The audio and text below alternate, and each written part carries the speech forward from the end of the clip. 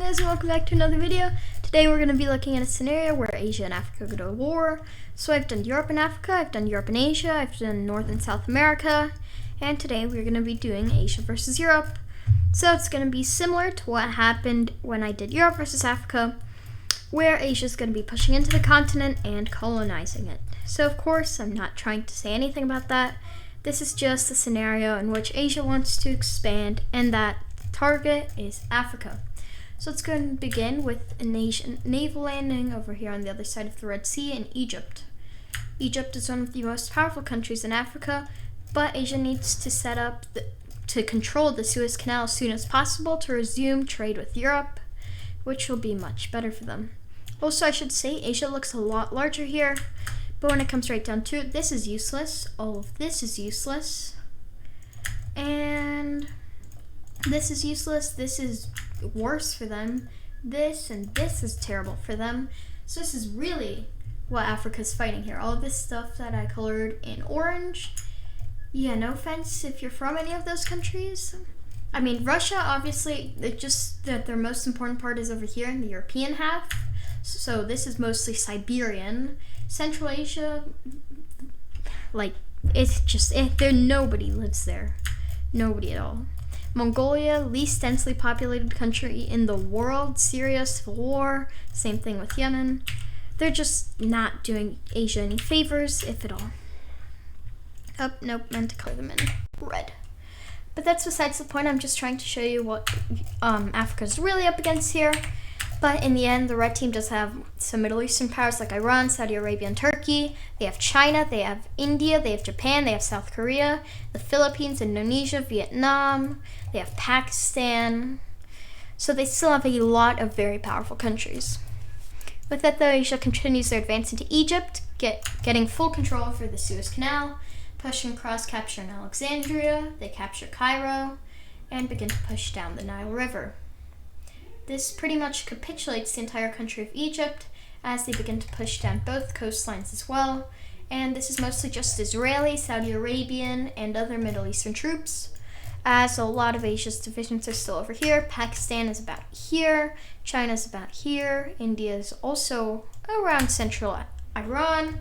Japan and South Korea are very far behind over here. Obviously not right here, this is in Tibet. Mountains, I'm just showing you, they'd probably be like down here. So yeah, a lot of Asia's stronger armies haven't arrived, but Nigeria is only about there. Once again, Sahara Desert, they would most likely be around there. Ethiopia is just starting to arrive, and South Africa is still very low. So that's just showing where some of the African and Asian armies are that haven't arrived yet. Of course, Asia is the aggressor here, so they will be much better prepared for this war. With the fall of the Nile River and all of their coastline, Egypt fully surrenders to Asia, and Asia can begin their invasion of Sudan and Libya. Of course, as I stated, this is also the Sahara Desert, so Asia's not going to be going for that, and they're instead going to be pushing along the coastline of Libya and capturing Tripoli. Tripoli? Something like that. They also begin to push down the Sudanese coastline as they have full naval superiority in the region and cut Sudan off from the coast and Africa as a whole off from the Red Sea as they make a landing in Djibouti and begin to push down to Somalia. In the end, Somalia only keeps existing as Ethiopian troops are arriving and pushing back. With this, we can already see Asia making a massive advance, but with the fall of Tripoli and all other important cities in Libya, the country surrenders, and although African troops attempt to push back in, this is all desert, nobody really cares about it. So yeah, now we see that two countries have fully fallen over to the Asians, and honestly, Europe beat Africa, and Asia beat Europe, so Asia's gonna beat Africa here. That's just a given. That's besides the point, as Asia begins to push around the Tunisian coast, capturing Tunis, and they even start to make an advance into Algeria, until the combined force from Algeria and Morocco work together to hold them off. I do say a lot of weird things in these scenarios. Morocco and Algeria working together.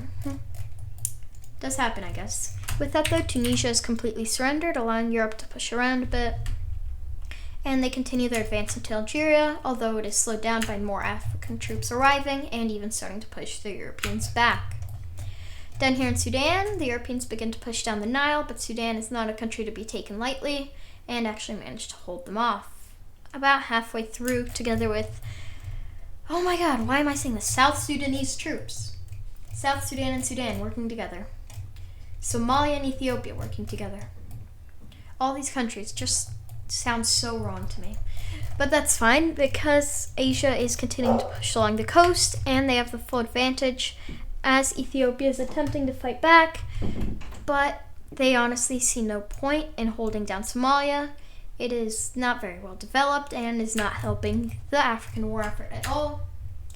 With that, Asia pushes around the coast of Somalia, having full naval superiority, and this may look a bit weird on the map, but this actually makes total sense if you think about it, with Asia's naval superiority and the hold-off of Ethiopia. Asia starts a massive campaign down the Nile River to attempt to capture the whole entire thing, and no, this isn't exactly where it is, but it's around. This is around where it is, yeah. They push down all the way to Lake Victoria, and from there make a spearhead, meeting up with Somalia, which capitulates Kenya with the fall of Nairobi. Now this is just Ethiopian forces, but Sudan surrenders, and once again Africa attempts to push back as Europe doesn't have full control over it. The country surrenders, but Europe still has to move their troops in. So now it's looking something like this, and Europe is actually holding a very good front along the Nile and along the coastline, fully encircling Ethiopian divisions. With this encirclement, they see no more threat here in this is more in eastern Africa, and begin to push back into Algeria, as this is now Turkish, Iranian. These things just don't go together. Okay, well, Turkish, Iranian, Chinese, and South Korean troops working together to push into northern Algeria. And yeah, this isn't going to go well with the fall of Algeria and the fall of the near fall of Morocco. Africa has just lost another very valuable country to them, aka Algeria. And soon enough, Morocco loses Casablanca and Rabat is captured. With both their capital and one of their largest cities gone, Morocco surrenders.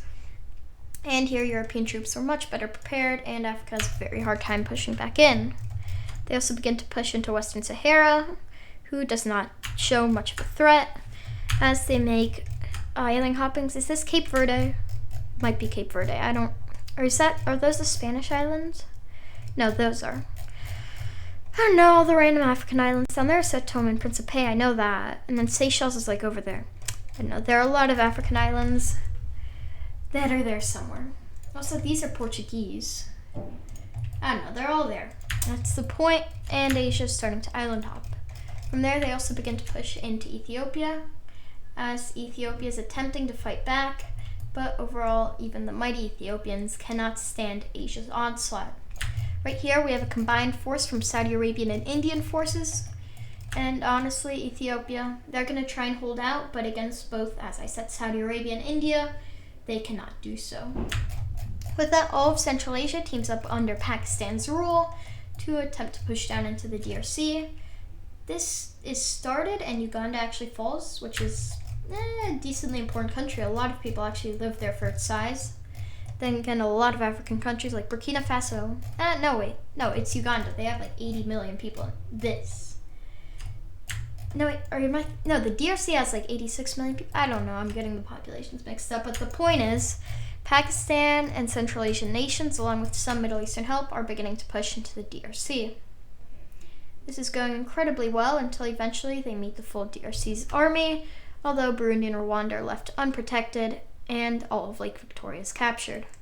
From there, Kenya fully falls, and it is now just up to Tanzania and to hold the front, although South African troops are starting to arrive, and that's going to be a huge help to the Africans.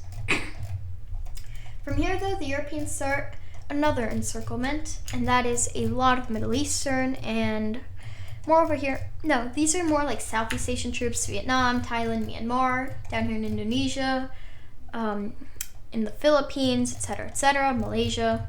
Yeah. Well, they're all starting an a massive spearhead through the Congo, and I mean the Democratic Republic of the Congo and the Republic of the Congo, Gabon, and Equatorial Guinea, and they managed to cut Africa into two. From here, the almighty Chad nation pushes Asia completely out and capitulates the entire continent. So yeah, we all know that would happen, right? Chad pushing back, of course. Sadly for us, though, it does not go that way. And yeah, Chad is... You know what, Chad, we're all rooting for you, but... Yeah, Chad, I'm sorry. Cameroon is starting to fall. Equatorial Guinea's capital is captured. And as Asian troops flood into the Central African Republic, basically Africa just gives up on trying to reconnect their two halves. And they're split up into sections. This is South Africa's and this is Nigeria's. Nigeria decides to remove troops from the desert except for some guerrilla warfares. Europe starts to push in. Asia starts to push in. And this is a stupid move on their part, as they have, in this campaign that I'm showing right now, they're losing hundreds of thousands of men. The Africans are losing maybe 20,000. The point is, they gain a lot of land, but since it's mostly a desert, they lose so much here.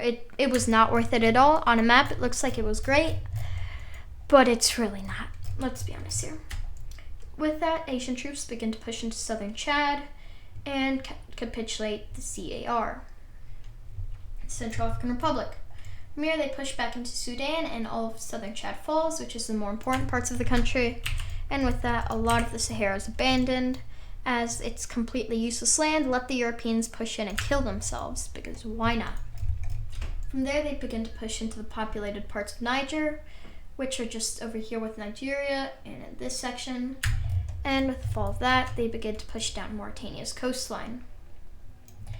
They blockade the Niger River, so now Guinea, Mali, and Burkina Faso can't use it, although eventually they make a spearhead down into Togo, Benin, and Ghana, and this cuts Nigeria off from the rest of these Western African nations. From here, we actually see South Africa and the DRC making a push back to stop the Asians, which goes all right. They push back into the DRC, push back into Tanzania, reconnect with Lake Victoria, and push back up into Kenya. They even recapture Nairobi, and this is seen as a major African success, as they even managed to encircle some European armies down here in Burundi and Rwanda. So yeah, this is seen as a major African success over the Asians. But overall, if you were wondering where the Asian army was, well, they were here doing this to support Senegal and Guinea-Bissau, Guinea, Sierra Leone, Liberia, the Ivory Coast, and Ghana all fall. A push into Nigeria started, although it's not over just yet. All of Mali's important landfalls, and without all of these, all of the Sahara Desert has no defenders left. And eventually, with a lot of Asia's troops and a lot of Asia's strength, Nigeria falls as well. With this, over half of Africa has fallen, and now Asia only has one front to take care of, one front that they are now going to be able to win in. So yeah, we all knew Asia was going to win here, it's just about how, and this is going to go about as it's going to go, yeah. Nairobi is captured, Somalia falls, Kenya falls, they push down to Tanzania, Tanzania falls, Malawi stands 0 chance, Mozambique, well, all of northern Mozambique falls, they push into Zambia, push into Burundi and Rwanda, capture all lakes and rivers in the region, they naval blockade the DRC to starve them out. The DRC sees these effects, Kinshasa is captured, and the DRC surrenders. With this, they begin to push down to Angola, and it's just going to keep going like this. Yeah. All islands off the coast of Africa are captured by the superior Asian Navy. And at this point, South Africa sees no point in fighting it. They cannot win, and they surrender. So now let's do what I did in my European map. First up, China. What lands is China going to get here? Well, China's actually going to get themselves a pretty nice colony. Down over here in East Africa, they get Tanzania, Kenya, Uganda, Burundi, Rwanda. They get all the DRC, and they get Zambia. This is just one of their colonies, as they also get one over here in West Africa, in Mauritania, the Western African, Western Sahara, Senegal, and the Gambia. So yeah, those are all of China's colonies. Next up we have India, who's gonna get the Horn of Africa, except for Kenya. They also get South Sudan and Sudan. And they get one more colony over here on the Ivory Coast with Liberia, Senegal, well, no, not Senegal, Guinea, Guinea-Bissau, Sierra Leone, the Ivory Coast, Ghana, and Mali and Burkina Faso.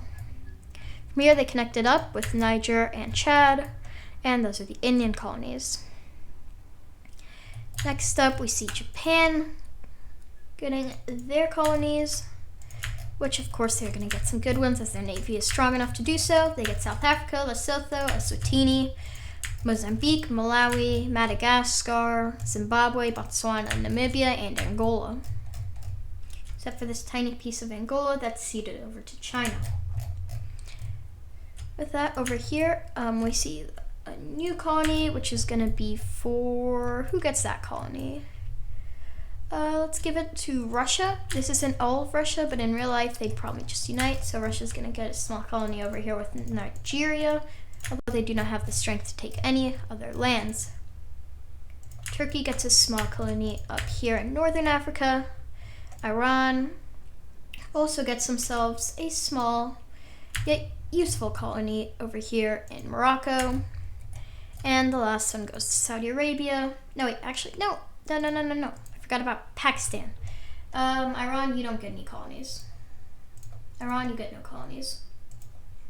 Pakistan gets all of Morocco, Algeria, and Tunisia. There we go. Africa has now been divided up by the Asian superpowers. South Korea didn't get anything, but I want to give South Korea something. They're a pretty influential country on the red team. They're going to get themselves a small colony over here with these countries. India still gets to connect, but they do get some colonies over here. Yep, there we go. Alright, so this is the new colonized Africa, and these are the countries that got colonies: Turkey, India, Pakistan, China, Russia, South Korea, and Japan. Who got the most? India got a good amount, but a lot of it is Sahara Desert. Pakistan didn't get a ton. Turkey didn't get a ton. Russia, they got Nigeria, but besides that, not a lot. China got a good amount of colonies. So did Japan, actually. Japan got a very good amount. And so did India. It's between India, China, and Japan. But besides that, I do hope you guys enjoyed this video, and I'll see y'all next time. Bye.